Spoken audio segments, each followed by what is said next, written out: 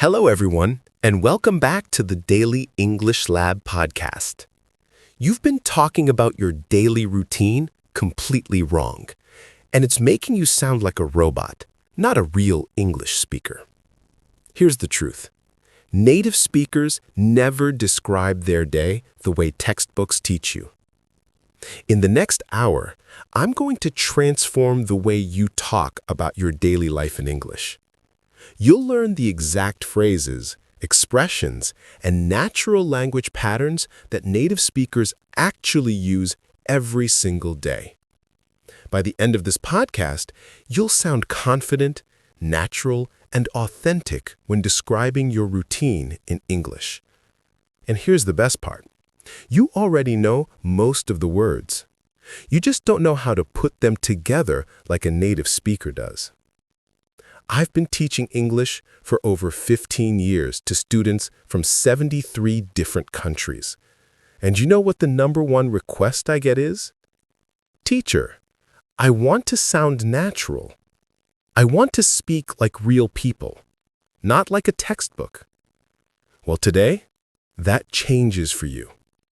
This is the lesson I wish someone had taught me when I was learning languages. Let me ask you something. Have you ever learned to say, I wake up at 7 o'clock, I brush my teeth, I eat breakfast, I go to work? Of course you have. Every English textbook in the world teaches you that way. But here's what they don't tell you. No native speaker talks like that in real life. Never. It sounds stiff. It sounds unnatural. It sounds like you're reading from a script. When I wake up in the morning, I don't think I wake up at 7 a.m. I think, my alarm went off again. Time to drag myself out of bed. See the difference? Real English is full of personality. It's full of feeling. It's full of those little expressions that make you sound human, not like a robot programmed to describe routines. So here's what we're going to do today. I'm going to teach you the real way to talk about your daily routine, the way I talk about mine, the way your future English-speaking friends will talk about theirs. And I'm going to break it down into 5 parts of the day: morning, commute, work or study time, evening, and night. But here's the thing, and this is super important. We're not just going to learn vocabulary. We're going to learn the rhythm, the flow, the natural expressions that make English sound like English, not like a translated version of your native language. Direct to listener. Have you ever felt frustrated because you know the words, but when you try to speak, it just doesn't sound right? That's because you're missing the connecting tissue, the little phrases, the fillers, the expressions that glue everything together. Comment below, or think about this. What's the hardest part of your day to describe in English? Is it waking up, getting ready, work? Let that guide you as we go through this lesson. Build curiosity. And stick around because at the end of this podcast, I'm going to reveal the 3 phrases that native speakers use in almost every single conversation about their day. These phrases are gold. They make you sound fluent instantly, but I'm saving them for later because you need to understand the foundation first. Energy shift? Lighter. All right, let's start where every day starts, the morning. And oh boy, mornings are rough, aren't they? So textbooks tell you to say, I wake up at 7 a.m. Fine. Technically correct. Boring as bread without butter. Here's what real people say. My alarm goes off at 7. I usually wake up around 7:30. I'm supposed to wake up at 6:30, but honestly, I usually hit snooze like 3 times. Can you hear the difference? There's life in those sentences. There's honesty. There's that thing we call natural speech. Let me teach you some game-changing phrases right now. Phrase number 1, hit snooze. This means to press the button on your alarm to make it quiet for a few more minutes. Example, I'm terrible in the mornings. I always hit snooze at least twice. Phrase number 2, drag myself out of bed. This means it's difficult to get up. You have no energy. You're forcing yourself. Example, I'm not a morning person at all. I have to drag myself out of bed every single day. Phrase number 3, I'm a morning person or I'm not a morning person. This is huge. Native speakers use this all the time to describe if they have energy in the morning or not. Example, I'm definitely not a morning person. I need at least 2 coffees before I can function. See how those phrases add personality? That's what we're going for. Now, let's talk about what happens after you wake up. You probably learned to say, I brush my teeth, I take a shower, I get dressed. Again, not wrong, just boring. Here's the upgraded version. First thing I do is brush my teeth. I can't stand that morning breath. I usually hop in the shower right away. It helps me wake up. I throw on some clothes, nothing fancy, just whatever's comfortable. Do you hear those little additions? First thing I do, I can't stand, I usually, nothing fancy. These are the phrases that make you sound fluent. They're filler phrases, connector phrases, opinion phrases, and they're everywhere in natural English. Let me give you more examples for getting ready in the morning. Getting ready vocabulary the natural way. Instead of, I wash my face, say, I splash some water on my face, or I do my skincare routine. Instead of, I make coffee, say, I make myself a coffee, or I need my morning coffee, or I can't function without coffee. That last one, by the way, super common. Lots of people skip breakfast, and saying, I usually skip breakfast sounds way more natural than I do not eat breakfast. The word skip is perfect here. Now, I want you to think about your morning. What do you do that's unique? Maybe you check your phone first thing. Maybe you feed your pet. Maybe you make your bed. Or maybe you're like me and you definitely don't make your bed. Here is how you describe those things naturally. The first thing I do is check my phone. I know it's a bad habit, but everyone does it, right? I feed my cat before I do anything else. She won't leave me alone until I do. I try to make my bed every morning, but honestly, I only do it like half the time. Notice something? I keep using phrases like, honestly, the first thing I do, I know it's bad, but everyone does it, right?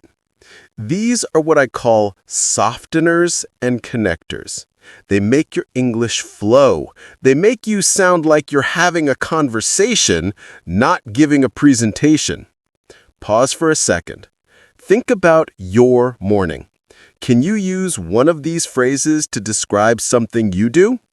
Practice out loud. Say it right now, even if you feel silly. That's how you build fluency. Okay, now let's talk about breakfast specifically, because this is where cultural differences really show up in English. In English-speaking countries, breakfast varies wildly. Some people have a huge breakfast. Some people have nothing. Some people just drink coffee. Here are natural ways to talk about it. I usually just have coffee and toast. I'm more of a grab-and-go person, maybe a banana or a protein bar.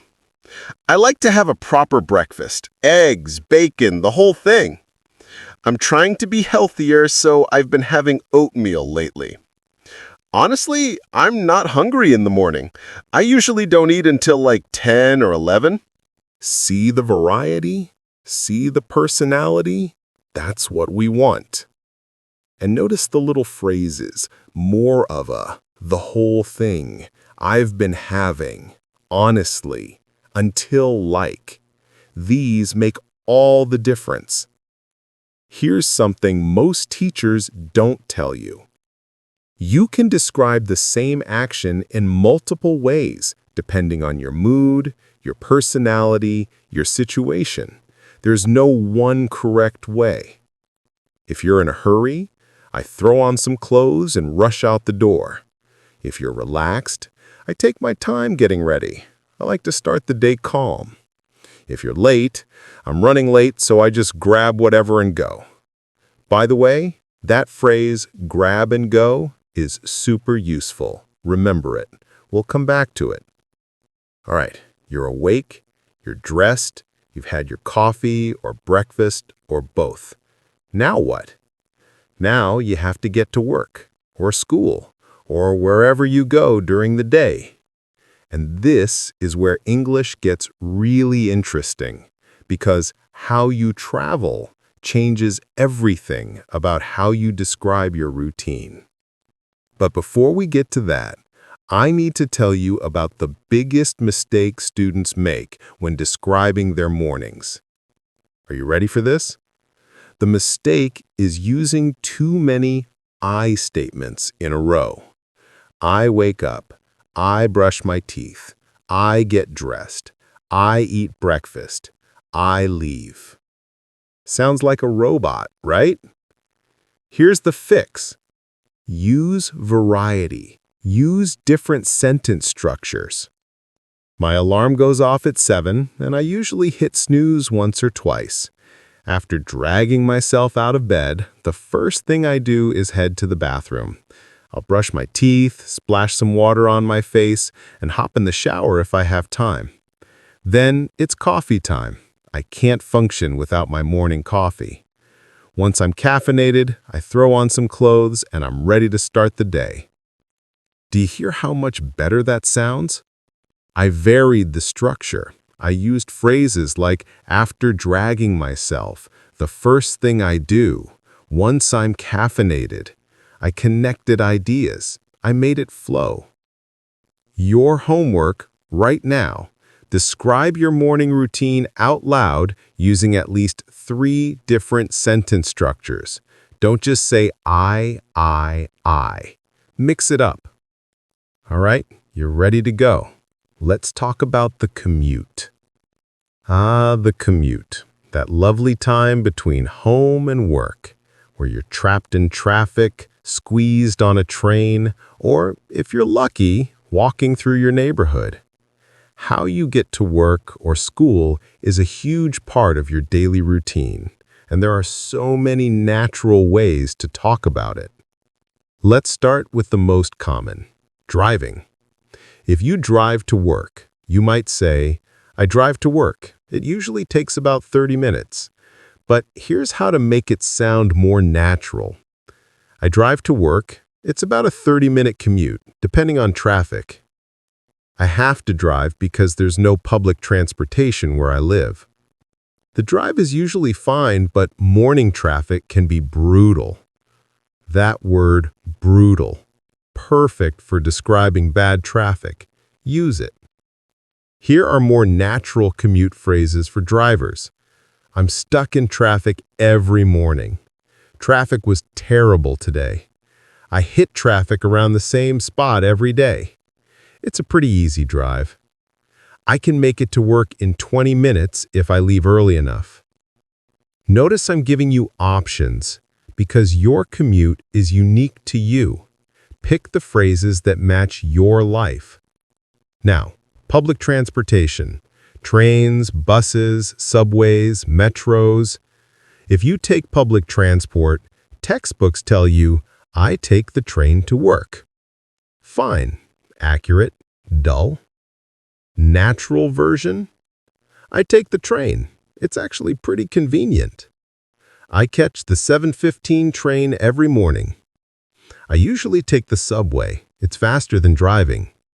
The bus is my only option, honestly. I have to take 2 buses to get to work.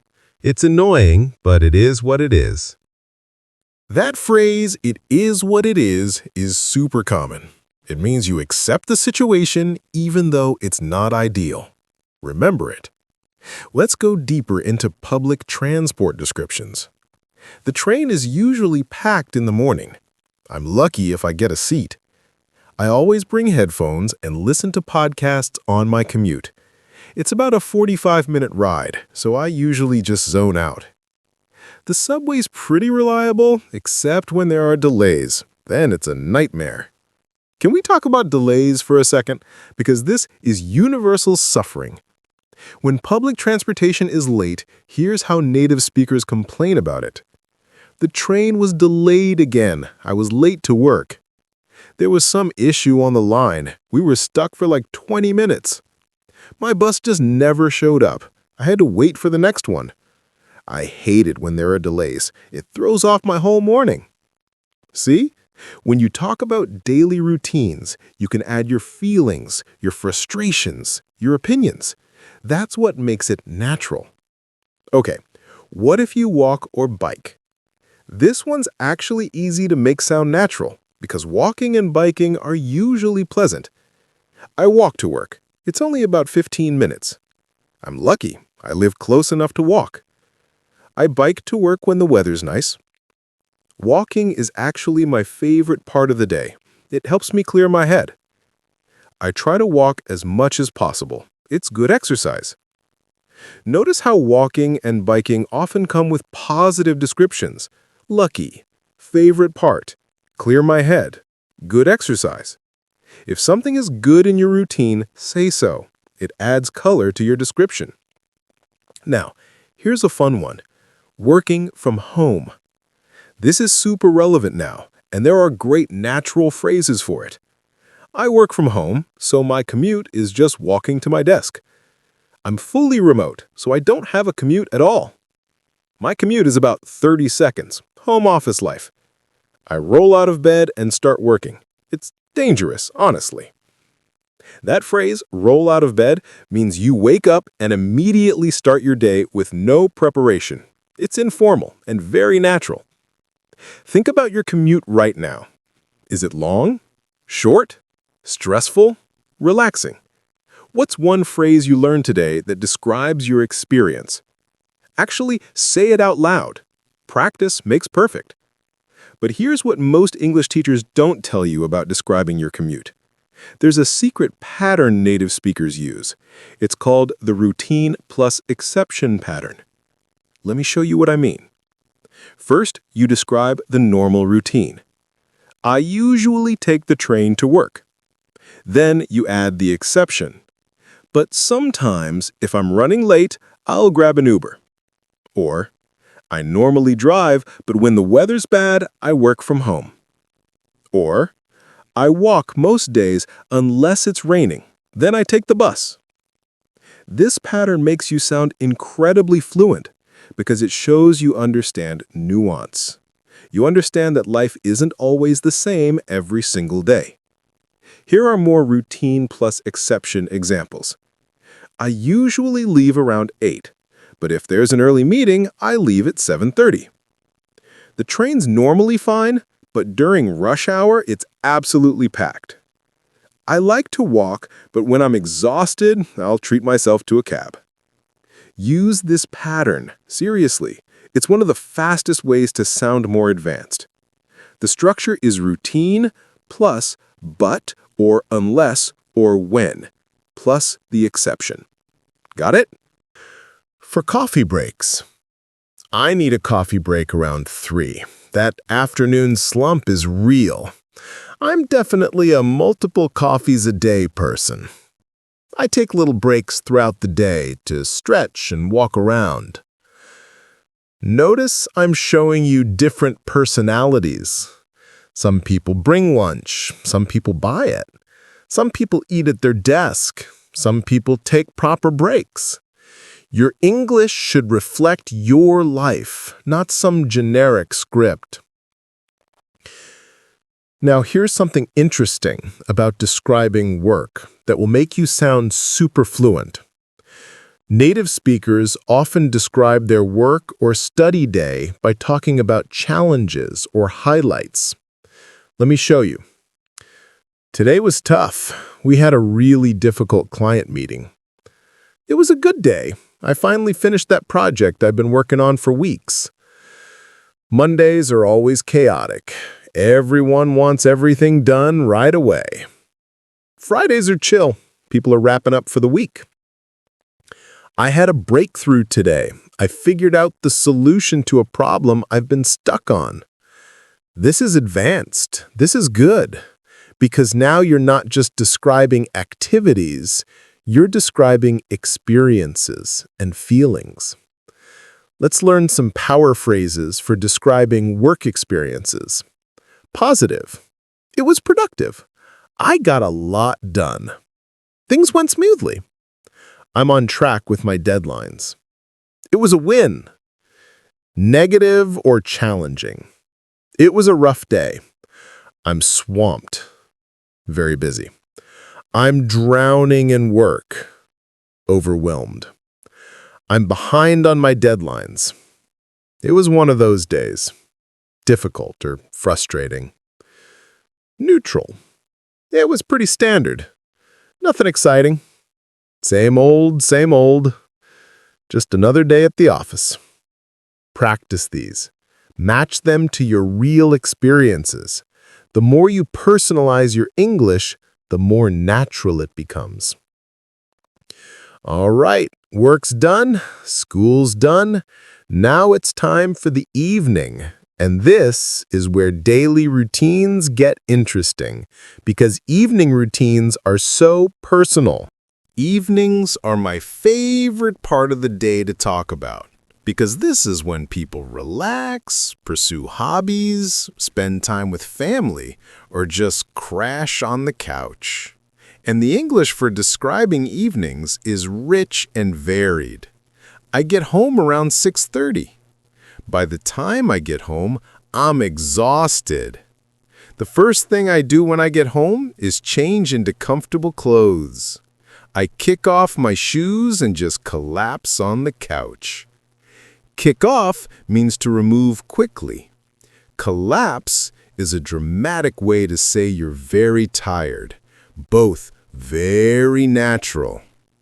Now let's talk about what you actually do in the evening. For cooking and eating, I make dinner most nights. I'm not much of a cook, so I order takeout a lot. We usually eat together as a family. I meal prep on Sundays, so I just heat something up. Honestly, I'm too tired to cook, so I just make something simple.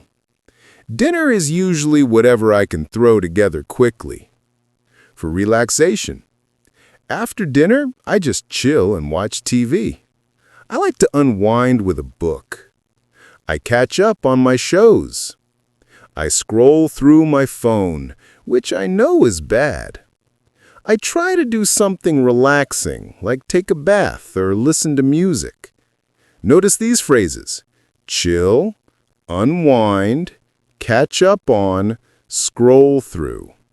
These are incredibly common for describing evening relaxation. If you have plans, sometimes I meet up with friends after work. I have a gym routine, so I usually work out in the evening. I take an evening class twice a week. We go for walks after dinner when the weather's nice. Your evening routine should reflect your personality. Are you social? Are you a homebody? Do you have hobbies? Put that in your description. For those with families, I help my kids with homework. We have family time before bed. I play with my dog. We usually have dinner together and talk about our day. For hobbies, I'm learning guitar, so I practice in the evenings.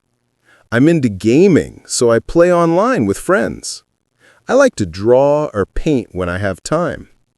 I'm trying to read more, so I set aside time before bed. When you describe hobbies, use phrases like I'm into, I like, I'm trying to, attempting to build a habit, I set aside time for it. These show intention and interest. Let's be honest about screen time because everyone does it. I probably spend too much time on my phone. I binge watch shows on Netflix. I scroll through social media before bed, even though I know I shouldn't. I watch YouTube videos to relax. We all do it, no judgment. Remember that pattern I taught you earlier? Use it here too. I usually cook dinner, but on Fridays, we order pizza. I normally go to the gym, but when I'm too tired, I just skip it. I try to read before bed, unless I'm too exhausted. Then I just pass out. Pass out means to fall asleep immediately from exhaustion. Very informal, very common. Let's talk about the transition from evening to night. Around 9 or 10, I start winding down. I do my evening routine. Brush my teeth, wash my face, that kind of thing.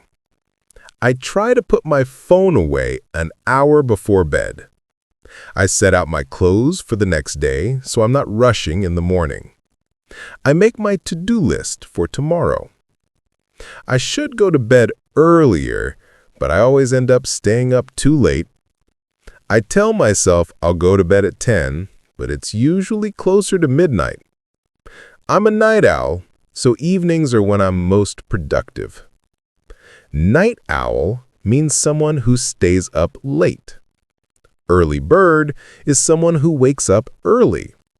Use these to describe your sleep personality. What does your evening look like? Are you active, relaxed, social, solo? Use the phrases you've learned to describe it. All right, we're almost at the end of the day. Let's talk about bedtime and nighttime routines. The end of the day, when you finally get to rest. And just like mornings, there are natural ways to talk about your bedtime routine. I usually go to bed around 11. I try to be in bed by 10, but it doesn't always happen. I'm a night person, so I usually stay up until midnight or later. Before bed, I brush my teeth, wash my face, and get into pajamas. But more naturally, I do my whole nighttime routine. Skincare, brush teeth, all that. I get ready for bed, which takes like 10 minutes. I just do the basics and crash. I read for a bit before falling asleep. I listen to a podcast or audiobook. I check my phone one last time even though I shouldn't. I meditate for 10 minutes. I journal about my day. I'm usually so tired I just fall asleep immediately. I toss and turn for a while before I actually fall asleep. It takes me forever to fall asleep. My mind just won't shut off. Toss and turn means you can't sleep and keep moving in bed. Mind won't shut off means you keep thinking and can't relax. Very common expressions. I'm a deep sleeper. Once I'm out, I'm out. I'm a light sleeper. Any little noise wakes me up. I usually sleep through the night. I wake up a few times during the night. I need complete darkness to sleep. I can't sleep without white noise or a fan. I'm one of those people who needs like 8 hours to function. I survive on 6 hours. I wish I needed less sleep. And then the whole cycle starts again when your alarm goes off the next morning. And that's pretty much my day, start to finish. That's my routine in a nutshell. So yeah, that's what a typical day looks like for me. All right, I promised you the 3 phrases that native speakers use in almost every conversation about their daily routine. Here they are. Phrase number 1, usually or normally. This is how you show that something is your routine, but not rigid. I usually wake up at 7. I normally take the train. This tiny word makes you sound fluent because it shows flexibility. Phrase number 2. I'm trying to, or I should. This shows intention or goals. I'm trying to wake up earlier. I should go to the gym more often. Native speakers constantly talk about what they're trying to improve. Use this. Phrase number 3. Honestly, or to be honest. This adds authenticity and relatability. Honestly, I'm not a morning person. To be honest, I probably spend too much time on my phone. This phrase signals that you're being real, being genuine. It makes people trust what you're saying, and it makes you sound natural. These 3 phrases, use them.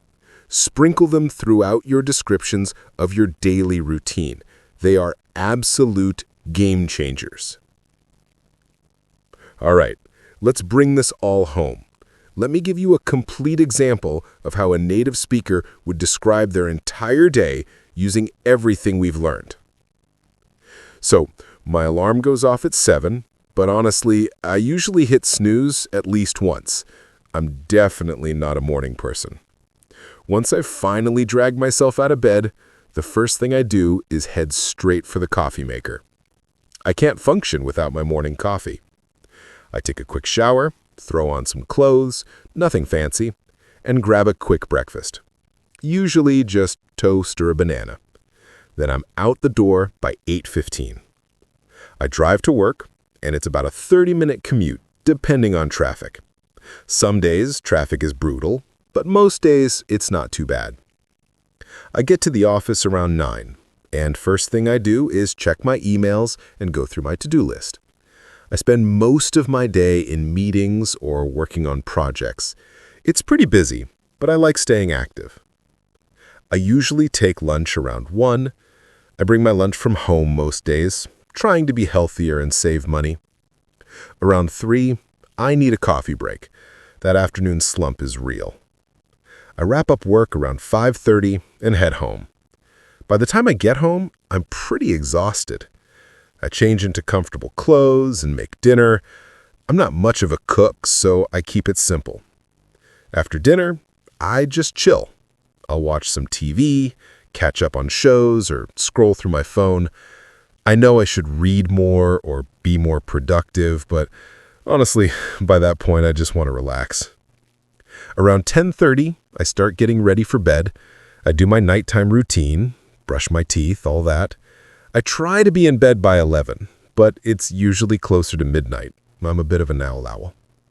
And then the whole thing starts over the next morning. That's a natural description of a daily routine. Did you hear all the phrases we learned? All the variety, all the personality. That's what we've been building toward this entire hour. Now it's your turn.